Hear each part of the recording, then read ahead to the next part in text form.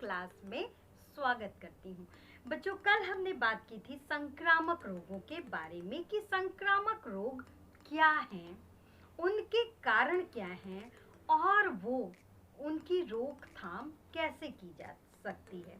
तो इस कड़ी में हमने कल बात किया था रोग प्रतिरोधक क्षमता की। आज हम जानेंगे रोग प्रतिरोधक क्षमता क्या है। बच्चों देखो, आपके देश में है ना बहुत सारे जवान ड्यूटी करते हैं ना आपकी देश की सीमाओं पे। किस लिए? ताकि आपके देश की रक्षा दुश्मनों से हो सके। अगर कोई दुश्मन आपके देश में आने की कोशिश करता है तो वो जो आपके सीमा पे खड़ा जवान है उस दुश्मन से लड़ने की कोशिश करता है। अब यहाँ पे ये होता है कि जो जीतता है ना, वो ही वर्चस्व स्थापित करता है। अगर सैनिक जीतता है तो वो पर्टिकुलर दुश्मन को मार गिराता है, और अगर वो व्यक्ति जीतता है तो वो अपनी बुरी नीयत के साथ आपकी कंट्री में प्रवेश कर जाता है और आपकी देश की सुरक्षा को नुकसान पहुंचा सकता है। बस बिल्कुल सेम ऐसा ही आपके शरीर के अंदर होता है। आपके शरीर के अंदर प्राकृतिक रूप से पैथोजन का मतलब समझते हो बच्चों? पैथोजन का मतलब कोई भी जीवाणु, कोई भी वायरस, प्रोटोजोआ या फिर कवक या कोई अन्य चीज आपके शरीर में जब आता है तो आपका शरीर उस रोग के रोगाणु से संघर्ष शुरू कर देता है, और वो जो संघर्ष के फलस्वरूप वो क्या करता है कि उन जीवाणुओं को मारने में सफल हो जाता है। तो ये क्या हुआ? यानी हमारे शरीर के अंदर रोगों से संघर्ष करने की जो क्षमता है वही क्या कहलाती है? प्रतिरोधक क्षमता कहलाती है। ठीक है बच्चों, अब जानते हैं प्रतिरोधक क्षमता कितने प्रकार की होती है, जिसमें सबसे पहले आती है प्राकृतिक इम्यूनिटी, है ना। नेचुरल इम्यूनिटी में क्या होता है बच्चों? हर व्यक्ति के अंदर, कुछ खास जातियों के अंदर कुछ खास रोगों से लड़ने की विशेष क्षमता होती है ना।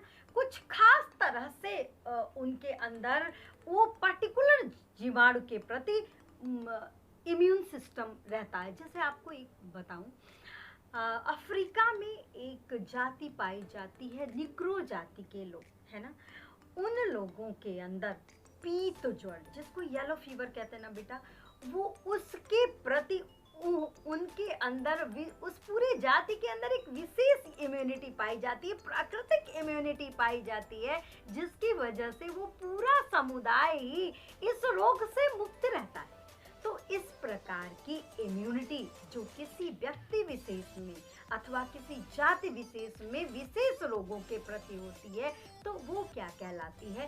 प्राकृतिक रोग प्रतिरोधक क्षमता कहलाती है। दूसरा है बच्चों एक्वायर्ड इम्यूनिटी अथवा अर्जित रोग प्रतिरोधक क्षमता।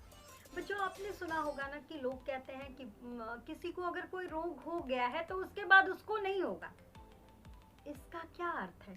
मतलब उस व्यक्ति के शरीर में उस पर्टिकुलर रोग से जो लड़ने की क्षमता है, उसके रोग के रोगाणु से जो लड़ने की क्षमता है वही एक्वायर्ड इम्यूनिटी कही जाती है अथवा अर्जित प्रतिरोधक क्षमता कही जाती है। इस प्रकार की क्षमता में क्या होता है? प्रतिरोधक क्षमता में क्या होता है कि व्यक्ति जब किसी संक्रामक रोग से पीड़ित हो जाता है तो उस पर्टिकुलर संक्रामक रोग के प्रति उस व्यक्ति के अंदर स्वतः एक रोग प्रतिरोधक क्षमता डेवलप हो जाती है। इस प्रकार की इम्यूनिटी को अर्जित प्रतिरोधक क्षमता कहते हैं। बच्चों, तीसरा है आर्टिफिशियल इम्यूनिटी, है ना।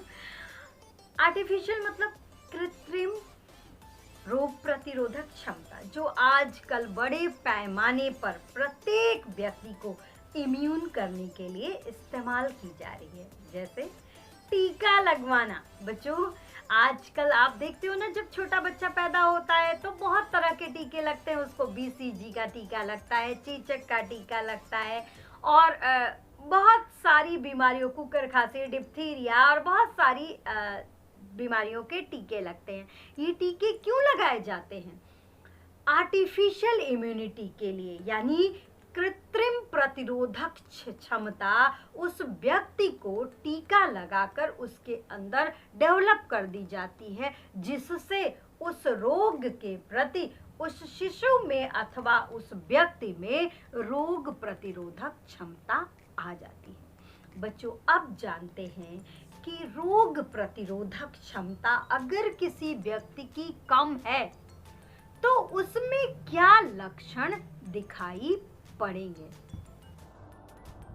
और इन लक्षणों को हमें नज़रअंदाज नहीं करना चाहिए, क्योंकि ये लक्षण हमारे अंदर हमारी कमज़ोर प्रतिरोधक क्षमता को दर्शाते हैं। जिसमें बच्चों सबसे पहला लक्षण क्या होता है?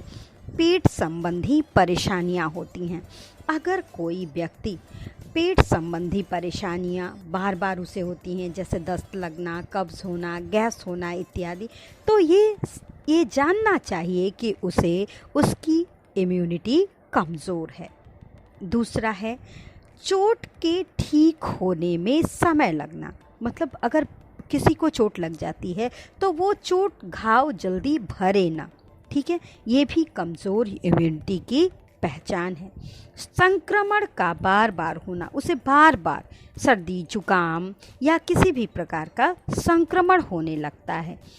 अगला है कमज़ोरी महसूस करना। बच्चों, जो व्यक्ति होता है वो थकान सा महसूस करता है और उसे ये लगता है कि वो काफ़ी कमज़ोर है। अगला है जिस व्यक्ति की जो प्रतिरोधक क्षमता होती है कमज़ोर होती है, वो तनाव महसूस करता है। और अगला है जिस व्यक्ति के अंदर प्रतिरोधक क्षमता कम होती है उसे बहुत अधिक ठंड लगती है। तो बच्चों, ये है कमज़ोर प्रतिरोधक क्षमता के लक्षण। अब बच्चों जानते हैं कि कमज़ोर जो प्रतिरोधक क्षमता है उसके पीछे क्या कारण है। बच्चों, सबसे पहला कारण है पर्याप्त नींद पूरी न होना। कुछ व्यक्तियों को नींद न आने की समस्या होती है या उनके पोषण में कोई परेशानी होती है जिससे उन्हें नींद नहीं आती। तो जो व्यक्ति जिनके अंदर प्रतिरोधक क्षमता कम होती है उन्हें पर्याप्त नींद नहीं आती है, या फिर वो पर्याप्त नींद नहीं लेते हैं बहुत देर रात तक। तो बच्चों, आप भी कंप्यूटर पे रहते हो, मोबाइल पे रहते हो, तो ये भी क्या करती है? आपकी प्रतिरोधक क्षमता को कम करती है। दूसरा, ऐसे लोग जो नशीले पदार्थों का सेवन करते हैं उनके अंदर भी रोग प्रतिरोधक क्षमता कम होने की संभावना अधिक होती है। यानी जो लोग नशीले पदार्थों का सेवन करते हैं उनकी रोग प्रतिरोधक क्षमता जो है वो कमज़ोर हो जाती है। दूसरा, असंतुलित आहार लेना। कमज़ोर प्रतिरक्षा प्रणाली होने का सबसे प्रमुख कारण जो अनहेल्दी फूड, जंक फूड या फिर जो संतुलित नहीं है, ऐसे भोजन लेने से हमारी प्रतिरोधक क्षमता कमज़ोर होती है। अगला है बच्चों, वजन का अधिक होना। जब वजन जितना आपकी लंबाई है उसके अनुपात में वज़न नहीं होता बल्कि उससे बहुत ज़्यादा हो जाता है, तो उससे आपकी इम्यूनिटी पावर कम होती है। और बच्चों, आप जब रेगुलर एक्सरसाइज नहीं करते हो, प्रतिदिन व्यायाम नहीं करते हो, तो आपकी रोग प्रतिरोधक क्षमता कमज़ोर होने लगती है। बच्चों, रोग प्रतिरोधक क्षमता से नुकसान क्या है, क्या जोखिम है? जो रोग प्रतिरोधक क्षमता की कमज़ोर है तो उसकी वजह से हम फेस करते हैं, सबसे पहला जो खतरा है वो है बार बार संक्रमण का होना। बच्चों, जिनकी प्रतिरोधक क्षमता कमज़ोर होती है उनमें किसी भी प्रकार के संक्रमण की संभावना सबसे ज़्यादा होती है।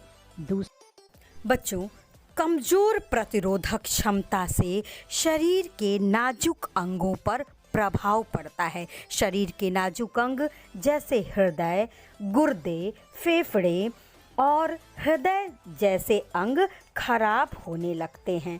अगला है बच्चों, रोग प्रतिरोधक क्षमता कम होने से शरीर और दिमाग का धीमा विकास होता है। और इसके अलावा बच्चों, अगर किसी की रोग प्रतिरोधक क्षमता कम है तो उसे गंभीर बीमारियों जैसे कैंसर इत्यादि का खतरा बढ़ जाता है। बच्चों, अगले वीडियो में, चूँकि ये वीडियो बहुत लंबा हो जाएगा, लेकिन इस वजह से उसको अलग से करना पड़ रहा है। अगले वीडियो में हम जानेंगे कि जो प्रतिरोधक क्षमता है वह हम किस प्रकार से बढ़ा सकते हैं। हमारे शरीर की जो प्रतिरोधक क्षमता है उसे हम किस प्रकार से बढ़ा सकते हैं। थैंक यू बच्चों।